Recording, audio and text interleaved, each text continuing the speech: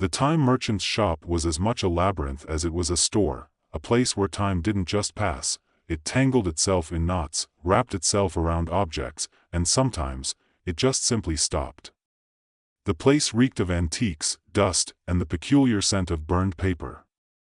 The walls were cluttered with all sorts of strange artifacts, hourglasses of every size, clocks that ran backward, and trinkets whose purpose seemed entirely unclear but whose value, in the eyes of the right buyer, was immeasurable. The shelves stretched high, almost touching the ceiling, crammed with oddities that made the shop feel more like a museum than a place of business. And yet, despite the chaos of the place, there was an odd serenity to it, as if time, that fleeting thing, had learned to pause here. For Alden, the time merchant, this was his world, a world he had lived in for centuries. At least, that was the official record. In truth, Alden had long since stopped keeping track of how old he really was. His face was creased with lines that spoke of centuries spent watching time spin its webs, yet his eyes were sharp, alert, and still carried the curiosity of someone much younger. Alden was, after all, a merchant of time. He didn't just observe it, he dealt in it, traded it, and sometimes, if the price was right, sold it. Time was the ultimate commodity, after all. What good was wealth when you couldn't enjoy it for long? What was power when it slipped through your fingers like sand? Alden had learned the value of time early on. And as far as he was concerned, there was no better business than dealing in something as fickle, as fleeting, and as powerful as time. But there was one thing that happened every 100 years that made even Alden pause. Something that, no matter how many centuries he'd spent in this shop, never quite ceased to fill him with a mixture of excitement, dread, and curiosity. Every 100 years, a mysterious guest arrived. The guests were never the same, not in form or personality, but they all had one thing in common: they came to take something from Alden. And every time they did, they left behind a part of themselves, some fragment, some essence, as if to remind him that even the most carefully woven plans, the most carefully guarded secrets, couldn't escape the pull of time. It was an odd arrangement, this one-sided relationship. The time merchant didn't fully understand why the guests came, or what they wanted. He only knew that each time they arrived, something inside him, the very core of his being, slipped away. As the century ticked closer to its end, Alden couldn't shake the feeling that this particular visit would be different. He had been preparing for it for weeks, tidying the shop, rearranging the trinkets, dusting the shelves. He always knew when they were coming, even before they arrived. It was something about the air, the way it thickened, or the strange shift in the light, as though the world itself was holding its breath. Sitting behind the counter, Alden checked the clock. Another hour had passed. He took a sip of his tea, brewed from leaves that had been steeped in time itself, he joked, and leaned back in his creaky chair. "Well, this is getting ridiculous," he muttered to himself. "I suppose it's time for the next performance." And then, as though on cue, the bell above the door rang, signaling a new visitor. The door creaked open slowly, as though reluctant to reveal the guest, but when it did, the figure stepped into the room like a shadow that had decided to take on human form. The guest was tall, cloaked in shadow, with a hood that obscured their face. Alden had seen this figure before, many times. It was always the same. The guest was always someone Alden had once known, or perhaps, someone he was destined to know. But the time merchant never knew which version of himself would walk through that door. Well, Alden said with a wry grin, standing up. "It's you again. I've been wondering when you'd show up." The guest did not speak. "They never did," Alden chuckled, gesturing to the worn armchair by the window. "Have a seat, then. You know the routine. Tea? Maybe some cake? I do hope you're still partial to my honeyed biscuits. They're made with a hint of, well, let's just say I won't spoil the secret." The figure remained motionless, its presence so tangible that the air seemed to warp around it. Alden sighed and, with a flourish, poured 2 cups of tea, his own personal blend, of course, before placing one delicately in front of the guest. "Well," Alden said, leaning back in his chair. "I trust you're here for the usual?" A little time, perhaps? Some memories to borrow? Or is it something more? The guest's hand moved slowly, deliberately, to the cup of tea, but rather than picking it up, they placed something on the table, something small and carved from dark wood. It was a box. Not particularly large, but intricately designed, with swirling patterns that seemed to shift as Alden stared at them. Alden's breath caught in his throat. The box, it was his. His very own creation. The one he had locked away all those years ago, buried deep within his mind. How had the guest gotten it? He had thought it was lost forever. The guest's hood shifted slightly, and Alden could almost feel the weight of its gaze on him. For a long moment, neither spoke. Then, the guest tilted its head, as if urging him to take the box. Slowly, Alden reached forward, his fingers brushing the surface of the box. As soon as he touched it, something strange happened, a flicker in his mind, like a spark of memory being ignited. He tried to shake it off, but the sensation grew stronger, overwhelming him. He had seen this box before. He had held it, once upon a time, but it felt like it was from a different life, a different version of him. Alden's heart began to race. The box was connected to something he had buried deep within himself, something he had forgotten on purpose. Something he had tried to run away from. Do you remember? The guest whispered, and for the first time, there was a faint trace of familiarity in their voice. It was his own voice, just slightly off, slightly colder, more detached. Alden's mind spun. I don't understand, he stammered, feeling a cold sweat break out across his forehead. How can this be? Because you made it, the guest said softly. You are it. And then, in that moment, the truth struck Alden like a lightning bolt. The guest wasn't just a visitor. It wasn't just a stranger from the future or past. The guest was him, a version of him. A piece of his own soul, split off and cast out to steal from him, to take away his memories, his very essence, in an endless cycle. The guest smiled, a shadowy, knowing smile that reflected all the years Alden had spent trying to escape the very thing he had created. You see, Alden, the guest said, every 100 years, I come to take what is mine. Every time, I take more of you, more of your past, more of your memories. And when I leave with a piece of you. A piece of your soul. Alden felt the weight of the revelation settle upon him. He was not the man he thought he was. He wasn't even sure what he was anymore. Why? Alden gasped, gripping the arms of his chair. Why have I done this? The guest stepped closer, its figure flickering, as though it was losing its grip on reality. Because you couldn't live with time. You couldn't face the curse you made. So you split yourself into pieces, hoping to escape the endless march of years. But it's too late now, Alden. You can't run forever. And that was when the time merchant understood. He had split himself. His mind, his soul, divided in an attempt to escape the endless cycle of time, the 1,000-year curse that had haunted him.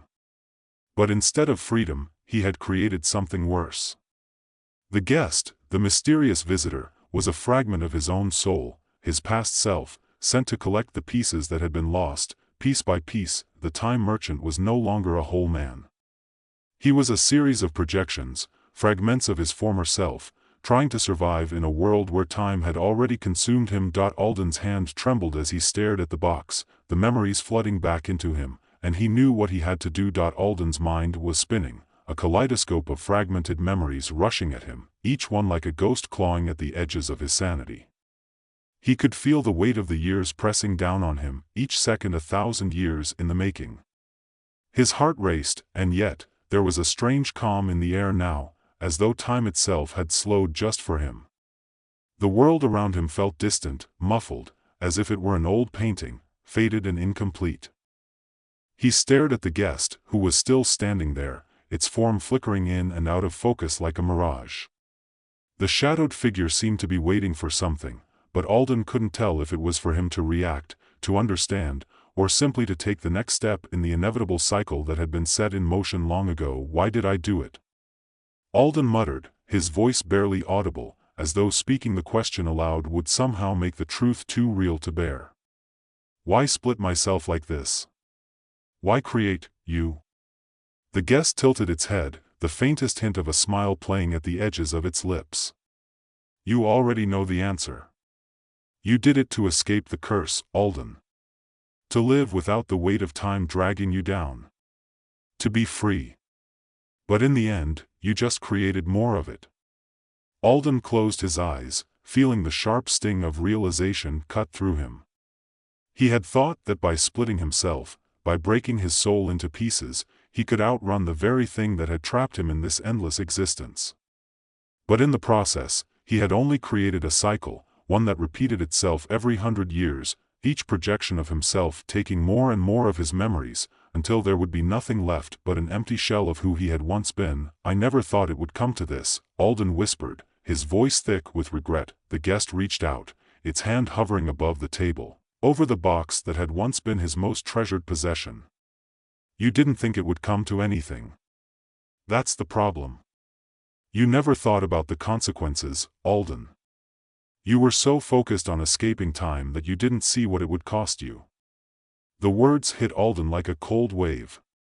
He had been so focused on the idea of freedom, of breaking free from the curse that had plagued him for centuries, that he hadn't stopped to consider the true cost of his actions. Now, he was facing the result of that blind ambition, a fragmented soul, a broken mind, and an existence in which he was neither truly alive nor truly dead. He was just stuck. Stuck in a loop, forever repeating the same cycle. I thought I could fix it, Alden said, his voice filled with a strange mixture of sadness and defiance. I thought I could undo what I'd done. The guest let out a low laugh, the sound strange and hollow. You can't undo what's been done. Time doesn't work that way. It's not something you can control, Alden. You can't just go back and change it. The moment has passed, and the consequences have already been set. Alden stood up abruptly, his mind still racing, trying to find a way out of this. He had spent centuries trying to escape time, but now, standing here with his own fragmented soul staring back at him, he realized the truth: there was no escape. There never had been. He couldn't run forever, but there was one thing he could do. You've come for my memories, Alden said, his voice steady now, the fear slowly fading away. You've come to take what's left of me. The guest didn't respond, but Alden could feel the shift in the air. The guest was waiting. The guest was always waiting. Alden took a deep breath and reached for the box, his fingers brushing against its surface once more. The memories were within it, his memories, his past, the very essence of who he had been. But he knew now, with startling clarity, that he couldn't just give it away. He couldn't keep living in this cycle, losing himself piece by piece. It was time to make a choice. I'll give you my memories, Alden said, his voice firm. But not all of them. The guest froze, its form flickering once again. What are you saying? I'm saying that I'm done with the cycle, Alden replied, his tone resolute. I'm done running, done hiding. You want my memories? Fine. Take them. But I'm not going to let you take everything. I'll keep the parts of me that still matter. The parts that can break free. The guest's eyes, hidden beneath the hood, seemed to narrow. For the first time, there was a glimmer of something, doubt, perhaps, or even curiosity, in the figure's presence. It hadn't expected this. It had expected Alden to give up, to simply accept his fate as he always had, but Alden wasn't going to accept it anymore. I've lived 1,000 lives, Alden continued, his voice steady. But I'm not living for time anymore. I'm living for the moments that matter. And if that means losing everything else, then so be it. The guest took a step forward, its hand now hovering over the box. You can't keep what you've already given up. It's already gone, Alden. You can't hold on to what isn't yours anymore. Alden's eyes flared with a sudden surge of defiance. You're wrong, he said, gripping the box tightly. I may have given pieces of myself away, but I am mine. I will be whole again, no matter what it takes. There was a long pause, the silence hanging in the air like a weight. The guest was no longer moving, no longer pressing forward. It simply stood there, as if contemplating the very essence of Alden's words. Finally, after what felt like an eternity, the guest spoke. "You really believe that, don't you?" it said, its voice softer now, almost regretful. Alden nodded, his resolve hardening. "I have to. I don't have a choice anymore." The guest stepped back, its form flickering once more. "Then I will take what's left of you," it said. "But know this, Alden, you can't fight time. Time always wins." With those final words, the guest disappeared, vanishing into the air like smoke. The moment it left, the shop felt different, empty, quieter, as though something had shifted. The clock on the wall ticked softly, the seconds passing by, but Alden wasn't listening. He was too busy feeling the weight of the decision he had just made. The box was still in his hands. He looked down at it, the last vestige of his fractured soul. And for the first time in centuries, he didn't feel the crushing weight of time. He didn't feel lost, that he felt free. Alden smiled to himself, the tiniest spark of hope flickering in his chest. He didn't know what would come next. He didn't know how much of himself he had left. But for the first time, he felt like he was no longer at the mercy of time. He could live the moments that mattered.